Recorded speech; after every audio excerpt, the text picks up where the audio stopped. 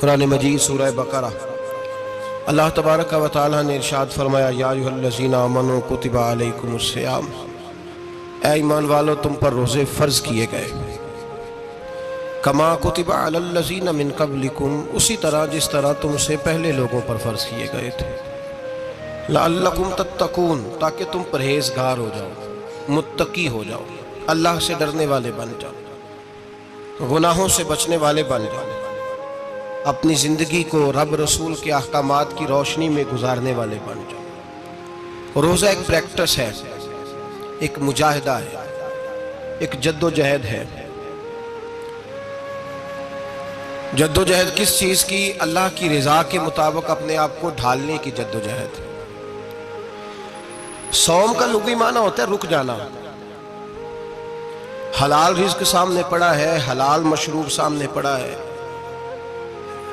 حلال رشتہ بیوی کا موجود ہے، لیکن ان سب چیزوں سے حالت روزہ میں رکنا، اللہ کی رضا کے لیے رکنا، اس کا نام روزہ ہے۔ صوم کا معنی رکنے کے ہیں، پرہیز کرنے کے ہیں، بچنے کے ہیں۔ ہر چیز موجود ہے لیکن اللہ کا حکم نہیں ہے تو لہٰذا کھا نہیں سکتے۔ تو رب فرماتے جب جائز چیزیں تو میری مرضی کے بغیر میرے حکم کے نہیں کھا سکتا، تو نے رکنا ہے تو حرام کیسے کھا لیتا ہے؟ جائز چیز کے لیے تجھے حکم ہے، میں کہوں تو کھائے گا، میں کہوں تو نہیں کھائے گا۔ میں نے حکم دے دیا، جائز ہے، روٹی ہے، کھانا ہے، گوشت ہے، تیری فریج میں پڑا سارا کچھ، تو با اختیار ہے، منہ میں دانت بھی ہیں، ہضم کرنے کو ہاضمہ بھی ہے، بھوک کی شدت بھی ہے، پر میری اجازت کے بغیر تو کھا سکتا؟ روزہ رکھ لیا، اب تجھے حکم نہیں کہ تو کھائے۔ جب جائز چیز میری مرضی کے بغیر نہیں کھا سکتا تو ناجائز کیسے کھائے گا؟ میرے نبی پاک علیہ السلام نے اپنے خوبصورت الفاظ کے اندر اس مفہوم کو بیان فرمایا۔ محبوب پاک صلی اللہ علیہ وسلم فرماتے جس نے جھوٹ نہیں چھوڑا، غیبت نہیں چھوڑی، برائی نہیں چھوڑی، اللہ کو اس کے بھوکے پیاسے رہنے کی کوئی ضرورت نہیں۔ وہ کاہے کا رکا ہے؟ جب کوئی کام تو اس نے اللہ کی رضا والا کیا نہیں۔ روزہ رکھ کے دغا کر رہا ہے، روزہ رکھ کے جھوٹ بول رہا ہے، روزہ رکھ کے کم ماپ رہا ہے، تول رہا ہے، دھوکہ دے رہا ہے، رشوت لے رہا ہے، فراڈ کر رہا ہے، حرام کا مال کٹھا کر کے کہتا ہے اس میں سے چلو 10 دیگیں بھی پکا دیں گے۔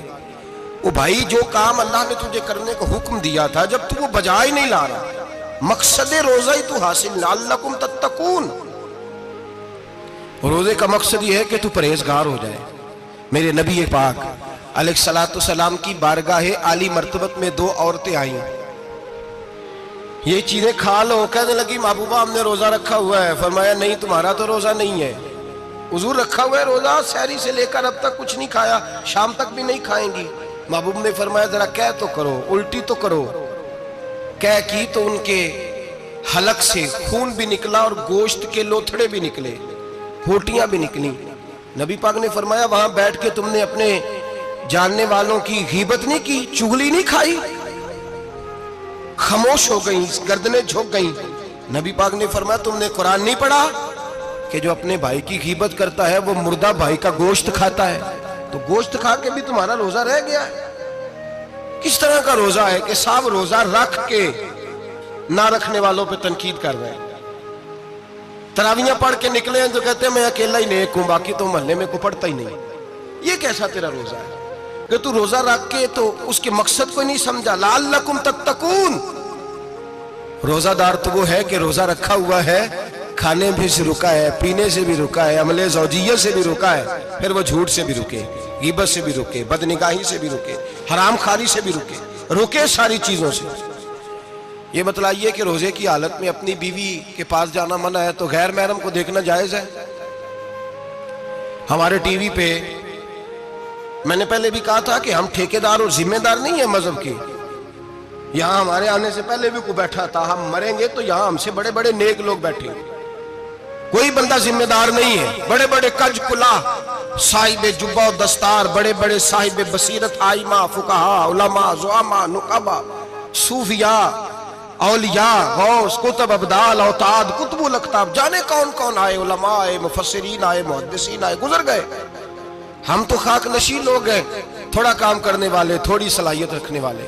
لیکن بھائی اگر کرتے ہیں تو ایک کام کرتے ہیں، ساتھ دوسرا نہیں کرتے۔ یہ کس طرح کا دین سکھانے لوگ نکلے؟ کہ شوال سے لے کر شعبان تک گانا سنایا جائے گا، شعبان سے لے کر شوال تک ناچ گانا کیا جائے گا، شوال سے لے کر شعبان تک دھما چوکڑی ہوگی، رمضان آئے گا تو حدیثیں سنائی جائیں گی، رمضان آئے گا تو لوگوں کو قرآن پڑھ کے سنایا جائے گا۔ یہ مذہب بانج نہیں ہے کہ گویے مذہب سکھائیں گے، ایکٹر مذہب سکھائیں گے، یہ مذہب بانج نہیں ہے کہ ایک گلاس کے اندر پہلے شراب پی لو پھر اسی گلاس میں رمضان آئے تو شہد بانٹنا شروع کر دو، یہ بانج نہیں، یہ میرے رسول اللہ کا مذہب ہے۔ اگر تمہیں شوق ہے دین سیکھنے سکھانے کا، یکم رمضان کو توبہ کرو اور کہو کہ ہم ٹی وی پہ بیٹھ کے حدیثیں سنائیں گے تو سارا سال سنائیں گے، اور جس زبان سے حدیث نکلے گی پھر اس سے کبھی گندا گانا نہیں نکلے گا، پھر کبھی ناچ گانا نہیں ہوگا۔ یہ کون سا مذہب ہے جو بیویاں سکھا رہی ہیں؟ یہ کون سا دین ہے جو عورتیں سکھا رہی ہیں؟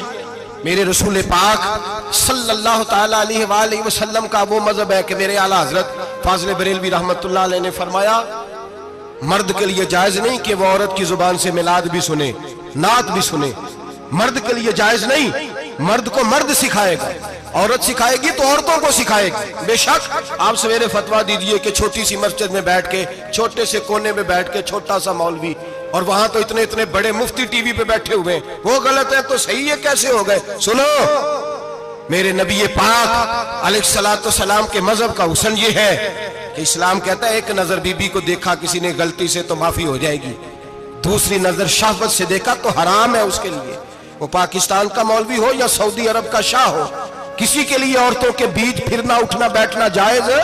میرے نبی پاک صلی اللہ تعالیٰ علیہ وسلم نے فرمایا ہے میں عورتوں سے مصافحہ کرنے نہیں آیا، اور میرے نبی پاک صلی اللہ علیہ وسلم نے فرمایا ہے، حضور فرماتے ہیں دیکھیں نا کتا بالکل ناپاک نہیں ہوتا، کتے کا تھوک ناپاک ہوتا ہے یا کتا گیلا ہو جائے تو ناپاک ہوتا ہے، لیکن خنزیر سارا ناپاک ہوتا ہے، کل ناپاک ہے خنزیر۔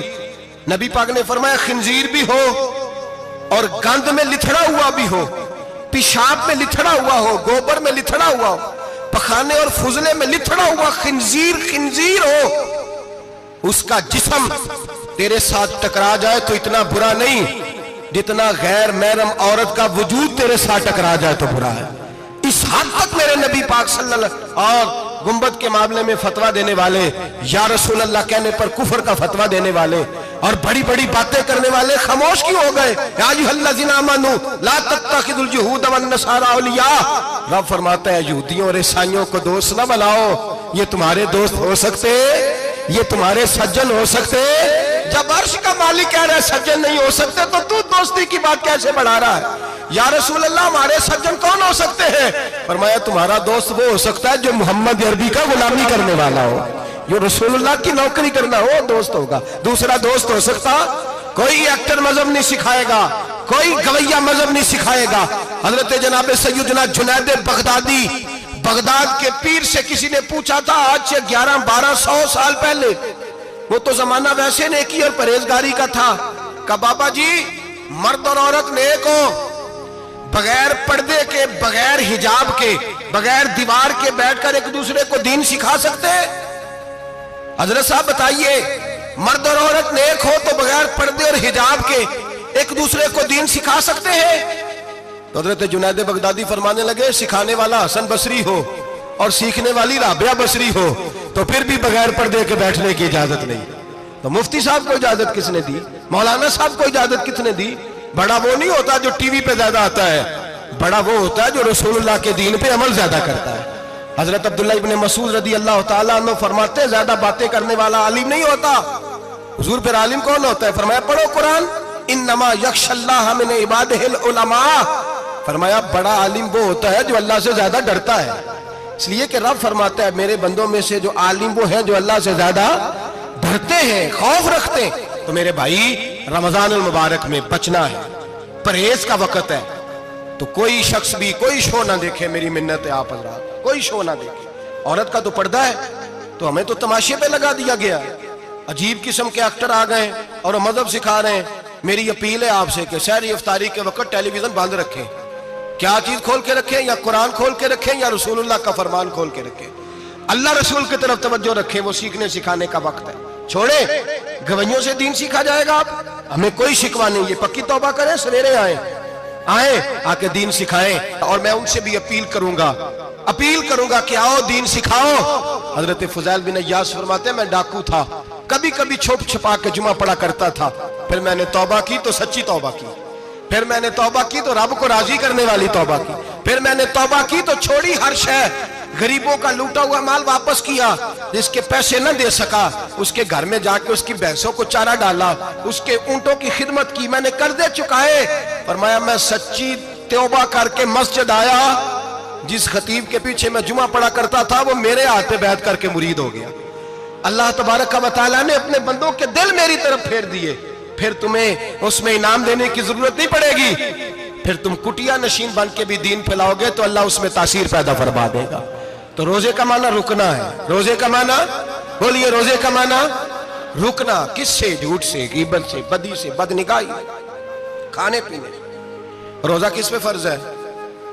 امیروں پہ کہ غریبوں پہ؟ جی کہنے میرا تو کام ہی محنت مزدوری والا، میں کیسے روزہ رکھوں؟ میں تو دیہاڑی لگاتا ہوں تو روزہ کیسے رکھوں؟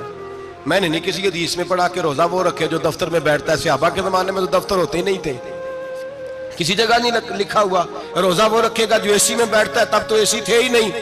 حضرت ابوبکر صدیق رضی اللہ تعالیٰ عنہ سے لے کر جناب بلال تک سارے اپنے ہاتھ سے کام کرتے، سارے اپنے ہاتھ سے کام کرتے، سارے۔ حضرت عمر فاروق رضی اللہ تعالیٰ عنہ خلیفہ وقت ہونے کے باوجود مال غنیمت کے اونٹ چرنے جاتے تھے تو چراگاہ میں چھوڑنے میں جاتے تھے، لینے بھی آتے تھے واپس۔ سارے لوگ اپنے ہاتھوں سے مشقت والے کام کرتے، حضرت بلال مزدوری کرتے، سلمان فارسی مزدوری کرتے، مقداد مزدوری کرتے، صحابہ مزدوریاں کرتے، روزے رکھتے، اور رمضان کے جانے کا وقت ہوتا تو در رسول پہ کھڑے ہو کے عرض کرتے محبوبہ دل نہیں بھرا، دل کرتا ہے کبھی رب سارا سال ہی روزے عطا کرے، سارا سال رمضان دے تو ہم سارا سال روزے رکھنے کو تیار ہیں۔ جذبہ تھا، طاقت تھی، ہمت تھی۔ آج نوجوان لڑکا ہے کہتا ہے مجھ سے بھوک برداشت نہیں ہوتی۔ میرے بھائی رب بیماری لا دینا، اللہ سے دعا مانگے اللہ شفائے عطا فرمائے، اور دعا کرے اللہ آزمائش سے محفوظ فرمائے۔ آپ یقین کریں میں نے لوگوں کو دیکھا ہے حلق سے قطرہ نہیں اترتا، خوراک کی نالی لگی ہوئی ہے، اعلیٰ غذائیں پکی ہوئی پڑی ہیں، عرش کا مالک کہتا ہے میں تیرے حلق سے گزرنے نہیں دوں گا، قانون بن گیا۔ میں نے دیکھا ہے ڈرپ پہ لوگ زندہ ہے، بوتل لگی ہوئی ہے، گلوکوز کی، گزارا چل رہا، اعلیٰ غذائیں پڑی ہیں، لاکھوں روپیہ تجوری میں پڑا ہے۔ مالک کہتا ہے تو نہیں کھا سکتا تو وہ کھانے نہیں دیتا، نہیں کھانے دیتا۔ ایک شخص یورپ کے علاقے کا، میں کسی کالم نویس کا پڑھ رہا تھا، وہ کہتا ہے میری خربوں میں جائیداد ہے لیکن میرے معدے میں ایسی تکلیف ہے کہ میں آٹے کو چھان کر جو اوپر سے بورا نکلتا ہے صرف وہ کھا سکتا ہوں، اس کے علاوہ میں کائنات کی کوئی نعمت کھا نہیں سکتا۔ اور میرے بھائی وہ جب چاہے تو بڑے بڑے کھانے کھانے سے تجھے روک دے، تیرے دانت چبانے کے قابل نہ رہے، زبان نگلنے کے قابل نہ رہے، معدہ تیرا ہضم کرنے کے قابل نہ رہے، وہ جب چاہے تو جو مرضی کر لے۔ وہ کہتا چل تو میری مرضی پہ چلنا، ایک مہینہ میرے کہنے پہ نہ کھا، ایک مہینہ میرے کہنے پہ نہ کھا تو یا اللہ تو کیا کرے گا؟ فرمایا صوم تصحو، میرے نبی پاک نے فرمایا تم روزے رکھو اللہ تمہیں صحت عطا فرما دے گا، اللہ تندرستیاں دے دے گا، شفائیں دے دے گا۔ تم روزے رکھو اللہ تمہیں، سبحان اللہ، اللہ تمہیں، اللہ طاقت دیتا ہے، ہمت دیتا ہے، اللہ ہمت دیتا ہے۔ میں نے دیکھا ہے، میں نے بزرگوں کو دیکھا ہے، ضعیف لوگوں کو دیکھا ہے، کمزور لوگوں کو دیکھا ہے، میں نے دیکھا ہے روزے رکھتے ہوئے، مزدوروں کو دیکھا ہے روزے رکھتے ہوئے۔ میں اپنے ابا جی کو کہتا ابا جی اتنی سخت گرمی اور مزدوری آپ کرتے اور مزدوری کے عالم میں روزہ رکھتے تو کہتے پتر روزہ کی آندا ہے، روزہ کدوں کو جاندہ ہے، روزہ اپنی جگہ تے مزدوری اپنی جگہ ہوتے۔ اور کئی دفعہ میں نے فرمان لگے میں نے یار سمجھ کو نہیں لگ دی، پتہ نہیں روزے ہیں اللہ طاقت کتوں دے چھڑ دے نہیں زیادہ، کام بھی زیادہ کرید ہے تے روزہ بھی رکھ۔ بھائی صوم تصحو میرے مصطفیٰ نے فرمایا تو روزہ رکھ اللہ تجھے صحت عطا فرما دے گا۔ رب تعالیٰ تجھے، یہاں ہوٹل کھلے ہوئے ہیں، یہاں عجیب حالات ہیں، ہوٹل کھلے ہوئے ہیں، لوگ بہانے ڈھونڈتے پھرتے ہیں، کہتے ہیں کٹ لگ گیا تھا ذرا، تھوڑا سا خون نکل آیا، سنی پلاس لگائی ہے تو روزہ نہیں رکھا، یہ ذرا مجھے تھوڑی دقت ہو گیا تو میں نے روزہ نہیں رکھا، کھانسی لگ گئی ہے تو روزہ نہیں رکھا۔ او خدا کے بندے، روزہ تو نعمت ہے۔ اور سبحان اللہ میرے نبی پاک نے فرمایا لکل شیء زکات و زکات الجسد الصوم، فرمایا ہر شے کی زکات ہوتی ہے، وجود کی زکات روزہ ہے، روزے رکھو جسم کی زکات نکل جائے گی۔ فاقہ کرنا بھی میرے نبی پاک کی سنت ہے۔ مسواک کرنا بھی سنت ہے اور فاقہ کرنا بھی. مسواک والی سنت زیادہ اپناتے ہیں لوگ, فاقہ کرنا بھی نبی پاک کی سنت ہے. ایک صاحب مجھے کہنے لگے جناب بیٹھ کے کھانا حضور کی سنت ہے. میں نے کہا کبھی کبھی نہ کھانا بھی نبی پاک کی سنت ہے, نہ کھانا بھی حضور کی سنت ہے. اور ہمارے فقہاء نے لکھا ہے جو روٹی زیادہ کھاتا ہے اس میں دو باتیں پیدا ہو جاتی ہیں. کیا کیا؟ ایک بولتا زیادہ ہے, دوسرا سوتا زیادہ ہے, غافل ہو جاتا ہے. فقہ اور حکیم اطباء ڈاکٹر کہتے ہیں کہ پیٹ خالی رہے نا جس آدمی کا, اس کا حافظہ مضبوط ہوتا ہے, اس کے ذہن کی گرہ کھلتی ہے. زیادہ کھانے سے تو خماری چڑھتی ہے, دماغ ڈھونڈتے پھرنا روٹی کدھر سے آج اچھی ہے, گھر میں نہیں پکی تو ہوٹل چلے جانا, کھانے کے سوا اور کام ہی کوئی نہیں. اور صاحب میرے نبی پاک علیہ السلام نے فرمایا کافر 7 آنتوں سے کھاتا ہے, 7 آنتوں سے, اور فرمایا میرا مومن 1 آنت سے کھاتا ہے. اس کے وجود میں کھانے والی 1 آنت ہے, کافر 7 آنتوں سے کھاتا ہے. فاقہ کشی سے نورانیت پیدا ہوتا ہے, کم کھانا. دیکھیں نا نبی پاک صلی اللہ علیہ وسلم نے اللہ سے فاقہ مانگ کے لیا ہے, یا اللہ 1 وقت روٹی دے 1 وقت کا فاقہ دے, مانگ کے لیا ہے نبی پاک, مانگ کے.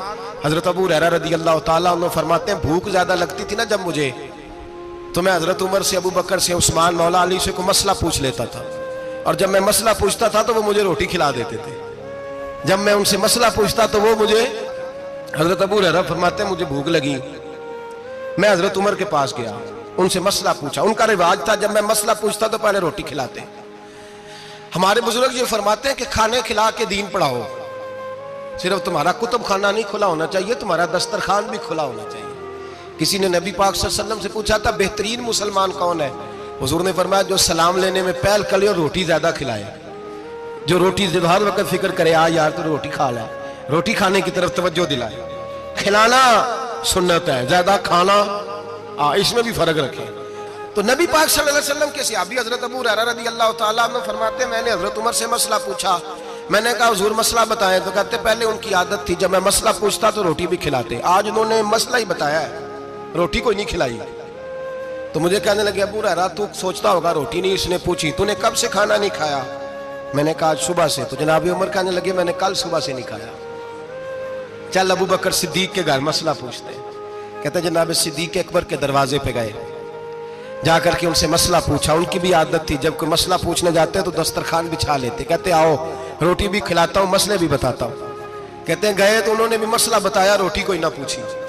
تو کہنے لگے عمر ابو ہریرہ تم لوگوں نے کل پرسوں سے نہیں نہ کھایا ہوگا. اور ابو بکر کو 4 دن گزر گئے ہیں, تھوڑا سا دودھ ملا ہے یا کھجور ملی ہے, روٹی کوئی نہیں ملی. چلو در رسول پہ چلتے, آؤ حضور کی بارگاہ. کہتے ہیں نبی پاک کی بارگاہ میں آئے, حضور نے چہرے دیکھے, کریم سے مسئلہ نہیں پوچھنا پڑا.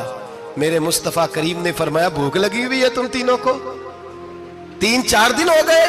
اللہ کے رسول نے فرمایا مجھے پورا ہفتہ ہو گیا ہے. سبب کچھ اور ہے جس کو تو خود سمجھتا ہے. زوال بندہ مومن کا بے زری سے نہیں, بھوک نقصان کا وجہ نہیں بنی, وجہ کوئی اور بنی ہے. رشوتیں جو بازار گرم ہوئے ہیں لوٹ مار کے, یہ روٹی کے لیے نہیں, یہ زیادہ کھانے کے لیے, یہ بینک بیلنس کے لیے گرم ہے. یہ لوٹ مار کا مقصد کوٹھیاں بنانا ہے, روٹی کا تو رب کریم کا وعدہ ہے. جو روز روتا ہے شام کو کہ میرا کاروبار کوئی نہیں, اصل میں کہتا ہے بنگلہ کوئی نہیں, اصل میں کہتا ہے کار کوئی نہیں, پجاروں کوئی نہیں, روٹی تو اللہ عطا فرماتا ہے, اس کا وعدہ ہے. فرمایا حضور نے 3 دن بیت گئے, چلو. میرا بے تکلف صحابی ہے ابو الحسن انصاری, وہ بڑے نصیب والے ہوتے ہیں جن کو میرے نبی پاک خود کہتے تھے کہ تیری فلانی ذمہ داری ہے. اس زمانے کا تو کسی کو کہہ دیا جائے یہ تیری ذمہ داری ہے تو کہتا ہے یہ تو پھٹیکے ڈالنے لگ گئے, یہاں سے تو چھٹی کر دینی چاہیے. خوش ہوتے تھے صحابہ کہ ہماری ذمہ داری لگی. کہتے ہیں حضرت ابو الحسن انصاری کے گھر گئے, نبی پاک نے فرمایا بھوک بڑی لگی ہے کھانا لا. کہتے ہیں حضور نے اسے کہا تو اس آدمی کو تو وجد ہی ہو گیا. اس نے کہا میرے اتنے نصیب کہ حضور کا یہ کھانا کھلا. آؤ دیکھو دنیا والوں, آج جو سب سے زیادہ عزت والا ہے وہ میرا مہمان بنا ہوا ہے. فرماتے ہیں وہ دوڑے گئے, بکری اٹھائی, ذبح کی, بیوی کو کہنے لگے روٹی تیار کر.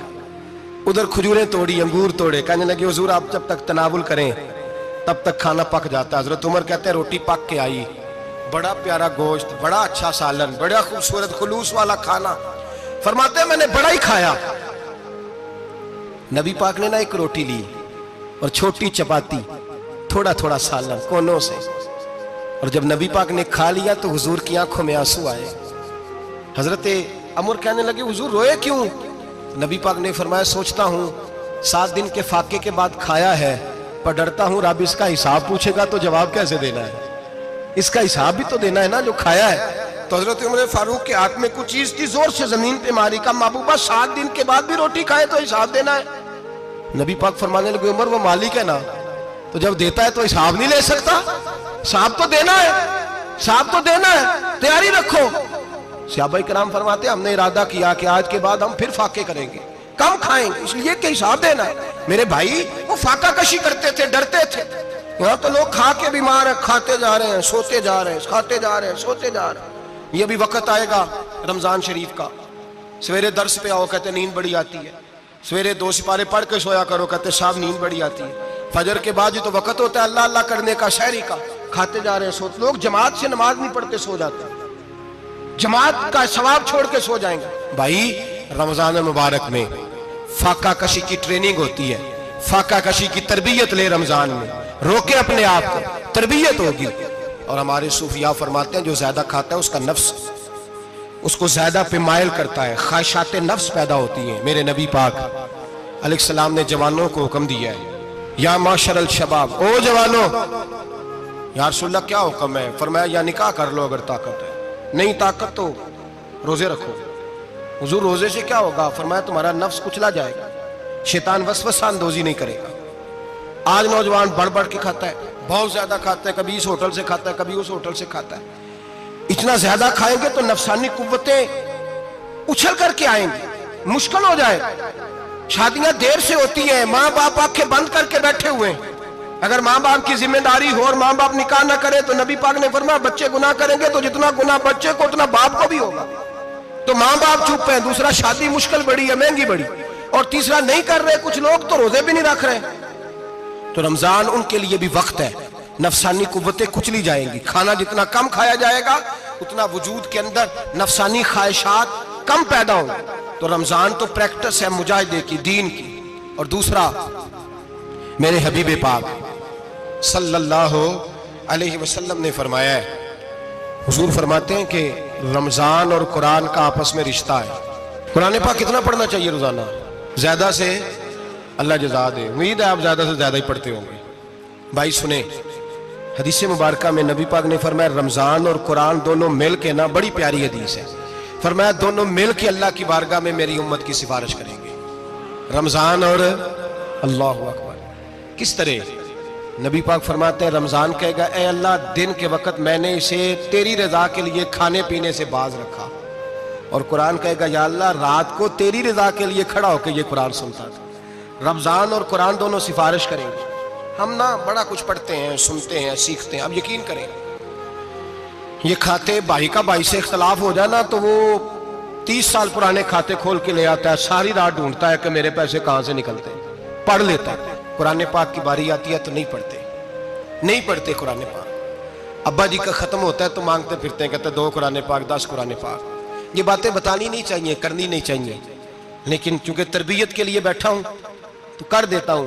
میرے شاگردوں سے پوچھیں، یہاں مدرسہ ہے الحمدللہ، درجنوں طلباء ہیں، اساتذہ ہیں، میرے پیر بھائی ہیں، اور میرا یہ دعویٰ ہے کہ شاید کوئی کسی سے اتنا پیار کرتا ہو جتنے میرے شاگرد اور مرید مجھ سے کرتے ہیں، لیکن میں نے کبھی کسی سے نہیں کہا کہ ذرا سورت فاتحہ پڑھ کے دینا، میں نے اپنے ابا جی کو ثواب دینا ہے۔ پوچھ لیں کسی سے نہیں کبھی کہا، کبھی نہیں میں نے کہا کہ ذرا مجھے تھوڑا سا قرآن پڑھ دیں۔ میں اس کو ناجائز نہیں کہتا، پڑھوانا چاہیے، لیکن میں اپنے والدین کے لیے کبھی سوال نہیں کرتا کہ مجھے ذرا پڑھ کے دو، میں نے بخشنا ہے، اس لیے کہ میں نے ذاتی طور پہ روٹین بنائی ہے۔ میں سمجھتا ہوں کہ کائنات کے اندر میرے اوپر جن لوگوں نے احسان کیا ان میں سب سے زیادہ حصہ میرے ماں باپ کا ہے۔ میں سمجھتا ہوں اس بات، کتنا نالائق ہوں میں کہ میں 1 مہینے میں ایک قرآن پاک بھی پڑھ کے ان کی روح کو احسان نہیں کر سکتا۔ میرا یہ طریقہ ہے ذاتی، میں قدغن نہیں لگاتا، میرا ذاتی طریقہ یہ، الحمد سے شروع کرو اور 2 سورتیں چھوڑ کے قرآن پاک ختم کر دو آخری، اور پھر فلق اور ناس صورتیں ساتھ لے جاؤ۔ یہاں بیٹھ کے سالے ثواب نہیں کرنا، ختم نہیں دلانا، ساتھ لے جاؤ، قبر پہ کھڑے ہو جاؤ اور فلق اور ناس صورتیں قبر پہ بیٹھ کے تلاوت کرو، اور جو قرآن مجید پڑھا ہے ان کی روح کو وہاں احسال کرو۔ او بھائی، اولاد جب ماں باپ کے لیے پڑھتی ہے تو اسے کہنا نہیں پڑتا اللہ بخش دے، اس لیے کہ اولاد کی نیکیاں خود بخود ماں باپ کے کھاتے میں جمع ہوتی ہیں، خود نیکیاں جمع ہوتی ہیں۔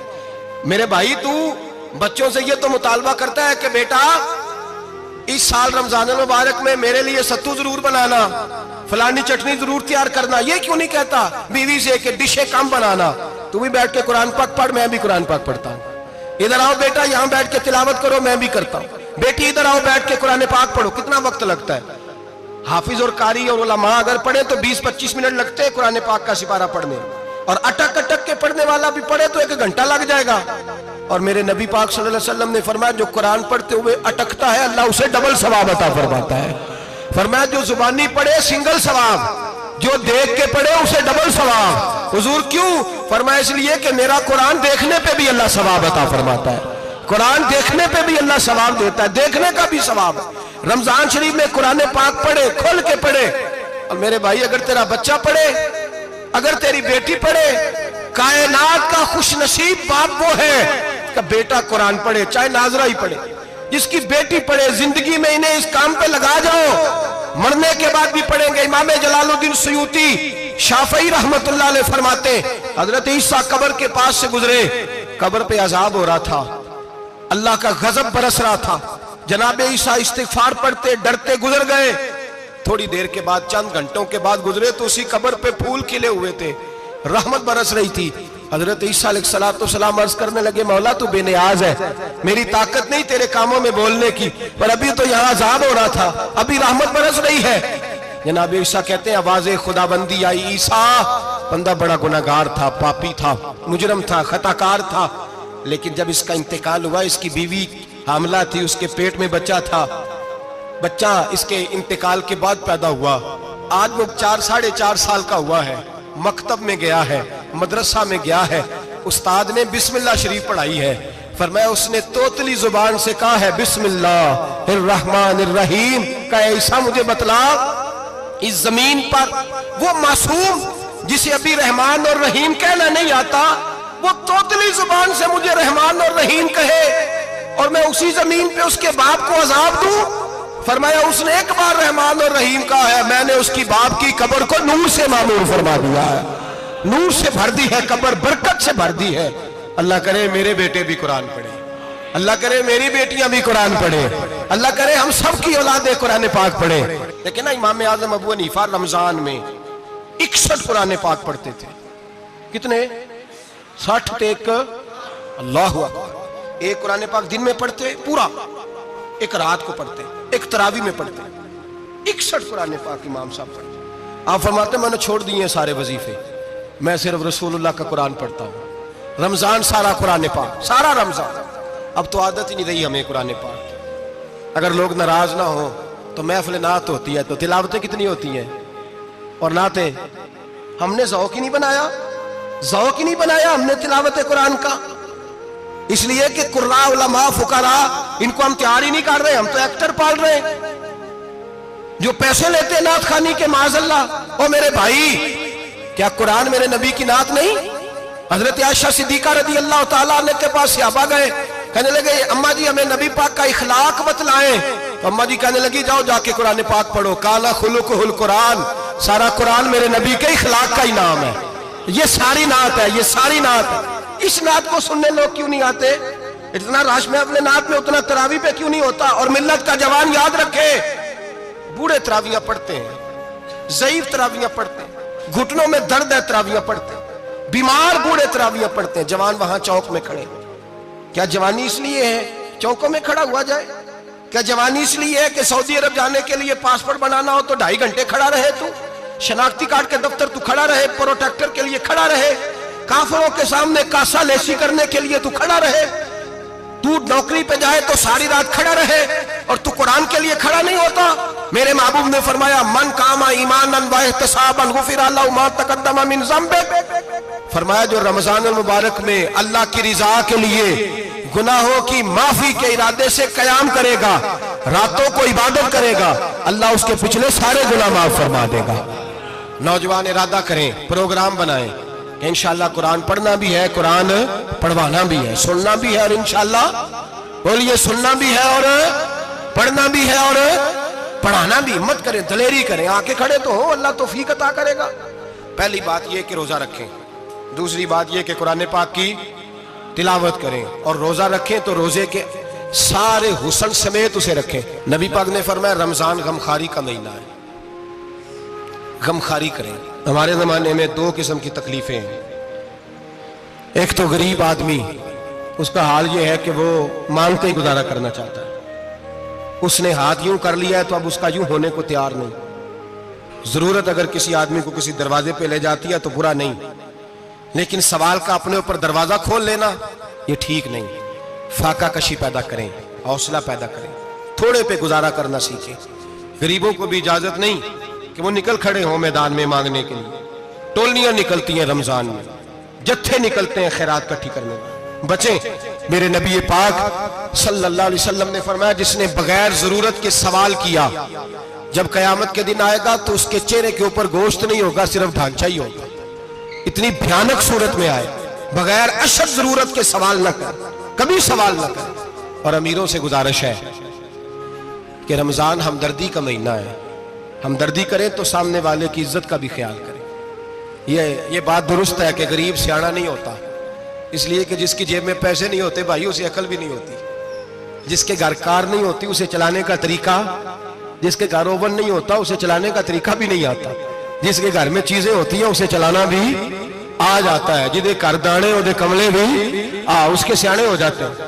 تو چودھری صاحب, سیٹھ صاحب, نواب صاحب آٹا تقسیم کرتے ہیں, کھڑے ہو کے فوٹو کھچاتے ہیں, فیس بک پہ دیتے ہیں, اور ایک آٹے کا تھیلا اور 10 اخباروں میں فوٹو. اللہ سے ڈریں. رمضان ہمدردی کا مہینہ, ہمدردی کا. غریب کو دیں تو اس کی عزت کو رسوا نہ کریں. میرے نبی پاک علیہ السلام کے صحابی حضرت عبداللہ ابن عمر رضی اللہ تعالیٰ عنہ ڈھونڈ کے لاتے تھے مسکینوں کو, ڈھونڈ کے, اور جب لاتے تھے تو اپنے دسترخوان پر بٹھا کر اپنے ساتھ افطاری کرایا کرتے. اور پھر فرمایا اللہ تعالیٰ نے لن تنالوا البر حتی تنفقوا مما تحبون, اللہ کے راستے میں وہ چیز دینی ہے جو تمہیں زیادہ پیاری ہو. کون سی چیز جو تمہیں, میں تھوڑا سا بے باک ہوں, بعض دوستوں کے ساتھ, سب کے ساتھ نہیں. ایک دوست مدرسے میں گھی دینے آئے ایک دفعہ, تو وہ والا گھی دے گئے جو سب سے سستا تھا.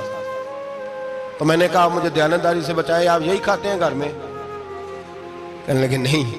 تو میں نے کہا پھر ہم نے بچے مارنے کے لیے تو نہیں نہ رکھے ہوئے, کیا وہ والا گھی اللہ کے راستے میں پیاری چیز دے رہی ہے نا, اس لیے گلے گلے نوٹ لوگ مسجد کے گلے میں ڈال جاتے ہیں, پھٹے ہوئے ڈال جاتے ہیں, کہتے ہیں جوڑ دیں گے مولوی صاحب. اور خدا کے بندے پیاری چیز دینی تھی تو نے, اور تو نے اس کا ترجمہ الٹ کر لیا ہے.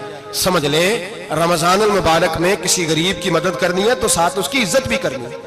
نبی پاک علیہ السلام کے دروازے پر جب سے, یہ جملہ ایک ہے لیکن بڑا قیمتی ہے. صحابہ کہتے ہیں جب ہم دروازہ رسول پہ جاتے تھے خیرات بھی ملتی تھی اور عزت بھی ملتی تھی. خود بھیک دیں خود ہی کہیں منگتے کا بھلا ہو. خیرات بھی ملتی تھی اور عزت بھی ملتی تھی. نبی پاک ساتھ عزت بھی دیتے تھے. مسکین کو, غریب کو دیں اور خیر خائی کریں. جوتے بیچنے والے جوتوں کے ریٹ سستے کریں, کپڑا بیچنے والے کپڑے کا ریٹ, درزی صاحب بھی ریٹ سستا کریں, دکاندار بھی چیزوں کا ریٹ, حکیم صاحب پیسے کم لیں, ڈاکٹر پیسے کم کریں, حکومت نرخوں میں کمی کرے, اور یہ کام اجتماعی طور پہ کریں. میرے نبی پاک نے فرمایا رمضان غمخاری کا مہینہ ہے, اس میں غمخاری کرنی ہے, دوسرے کا خیال کریں, اظہار کریں, قربانی کریں. یہاں ہر چیز کا ریٹ بڑھ جاتا ہے رمضان شریف میں. ہر آدمی کہتا میرا سیزن آ گیا ہے, توجہ بڑھائیں, خیال کریں, غمخاری کا مہینہ ہے. اور پھر آپ لوگوں سے یہ بھی گزارش ہے کہ رمضان المبارک کا جب مہینہ آئے تو جس آدمی کے ساتھ نیکی کرنی ہے وقت پہ کریں. کسی غریب کو پیسے دینے ہیں, کپڑے دینے ہیں تو یکم رمضان کو دیں. میں اکثر دوستوں سے پوچھتا ہوں, میں کہتا ہوں قاری صاحب نو جوڑا کدو دیندے ہو؟ کہندے 27ویں والے دن. میں کہ مینوں لگ گئی سمجھ, تہاڈی سازش ہے کہ جڑے سواں کے پاہ نہ لوے. ایویں مولوی چودھری صاحب دے نال دے کپڑے پا لے تے کتے لکھیا ہے اینوں دینا ہے 27ویں. تسی دسو 27ویں والے دن کو درزی سی کے دیندا ہے, اونوں 3 گنا بھی پیسے دئیے تے کہندا جڑے باقی نے انہاں دے نہیں بٹن پہ لگ دے میرے کولوں, کتھوں جوڑا سی کے. تو کس دن دیتے ہو قاری صاحب؟ کیا مقصد ہے؟ پہننے کے لیے دے رہے ہو یا اس لیے دے رہے ہو کہ نہ پہن سکے؟ تو بھائی آپ جب کسی کو کچھ چیز دیں گے تو کب دیں گے؟ جب وہ استعمال کر سکے. غریب کو لوگ فطرانہ دینے جاتے ہیں عید سے 1 دن پہلے, تو کیا کرے گا اس کا؟ نہ تو کپڑے خرید سکا نہ روٹی لا سکا. بلکہ میرے حضرت صاحب فرماتے ہیں رمضان سے پہلے دے دو, رمضان کی نیت کر کے رمضان سے 1-2 دن پہلے دے دو, اللہ رمضان جتنا ثواب ہی عطا فرمائے گا. رمضان سے پہلے دو جس کو کچھ ہے دن, قبل از وقت تیاری کرو. اور میرے قبلہ حضرت صاحب فرمایا کرتے اپنے کپڑے بعد میں, غریب کے بچوں کے کپڑے پہلے, اپنے گھر کی ضروریات بعد میں, غریبوں کی ضروریات, اس لیے کہ اللہ پاک نے ان کا رزق بھی ہمارے گھر بھیج دیا ہے. ہماری ڈیوٹی لگائی ہے کہ تم نے بانٹنا، بانٹنے والے بنو، اور یہ ذہن بنائے کہ پتہ نہیں کس کا حصہ تھا جو اللہ نے میرے گھر بھیجا، یہ ذہن بنا کے بانٹ، اور جس کو دینے جائیں ہاں آپ کو اجازت ہے تھوڑا بہت پتہ کرنے کی، لیکن تھوڑا بہت تفتیش کرنے کی اجازت، بال کی کھال اتارنے کی اجازت۔ میں نے دیکھا ہے لوگ غریبوں کا انٹرویو لیتے ہیں، تیرا تو فلانا کمانے والا نہیں، تیرا تو فلاں بچہ، او بھائی بہت سارے غریب ایسے ہیں بڑے ہیں جو کمانے کی کوشش کرتے ہیں لیکن ان کا سبب نہیں بنتا۔ ہاں ہے ایسے لوگ جو سعودی عرب چلے گئے ہیں، کہتے ہیں تیرا تو فلاں باہر نہیں گیا، ہے گیا ہے، لیکن سارے سعودی عرب جانے والے بھی مال کمانے کی طاقت نہیں رکھتے، کئی وہاں بھی بیٹھ کے بیچارے قرضوں میں الجھے ہوئے ہیں، وہاں والوں کے ظلم کا شکار ہے، بہت ساری آزمائشوں میں تو تفتیش کرتا ہے۔ میرے امام شافعی کا ایک جملہ اگر آپ کو یاد رہ گیا تو بات بن جائے گی، امام شافعی رحمت اللہ، بلکہ حضرت غوث اعظم جیلانی کے پاس وہ بات آپ کو زیادہ فائدہ دے گی۔ حضرت غوث اعظم جیلانی کو ان کا ایک مرید سمجھانے لگ گیا، کہنے لگا حضرت جی آپ سب کو ہی دیتے رہتے ہیں، ہر بندہ مستحق نہیں ہوتا، ذرا ٹٹول کے دیا کریں۔ تو غوث اعظم جیلانی فرمانے لگے بھائی مجھے تو لگتا ہے تو بھی ان چیزوں کا مستحق نہیں تھا جو اللہ نے تجھے عطا کر دی ہے، پہلے تو بتا تو مستحق تھا، تجھے اپنی حیثیت اوقات کا پتہ ہے جو اللہ نے تجھے دے دی ہے، طاقت تھی، کوالٹی تھی، تیرے اندر وہ صلاحیت تھی، رب نے تو نہیں تیری تفتیش کی کہ تو قابل ہے کہ نہیں، تو اللہ کے بندوں کی تفتیش کرتا پڑتا ہے۔ امام شافعی فرمایا کرتے، امام شافعی فرماتے رب تجھے پرکھ کے نہیں دیتا، ٹٹول کے نہیں دیتا، رسوا کر کے نہیں دیتا، تو غریبوں کے ساتھ یہ سارا ظلم کیوں کرتا ہے؟ بس پتہ چل گیا وہ ضرورت مند ہے تو دے، اس لیے کہ اجر تجھے غریب نے نہیں دینا، اجر اللہ نے دینا ہے، اور اللہ اجر عمل پہ نہیں دیتا، اللہ تو نیت پہ اجر عطا فرماتا ہے۔ تو نیت دیکھ تیری کس طرح کی، تو میرے بھائی غریب کو دیں قبل از وقت دیں۔ رمضان مبارک میں چوتھا کام، بات آخری اور چوتھا کام سنیں، رمضان میں دین سیکھیں۔ شیطان قید ہوتا ہے زیادہ سے زیادہ، اور جب آدمیوں کا پیٹ خالی ہوتا ہے نا تو ذہن جو ہوتا ہے نا وہ بھی اس کا فریش ہوتا ہے، اس میں کوشش کریں دین سیکھنے کی۔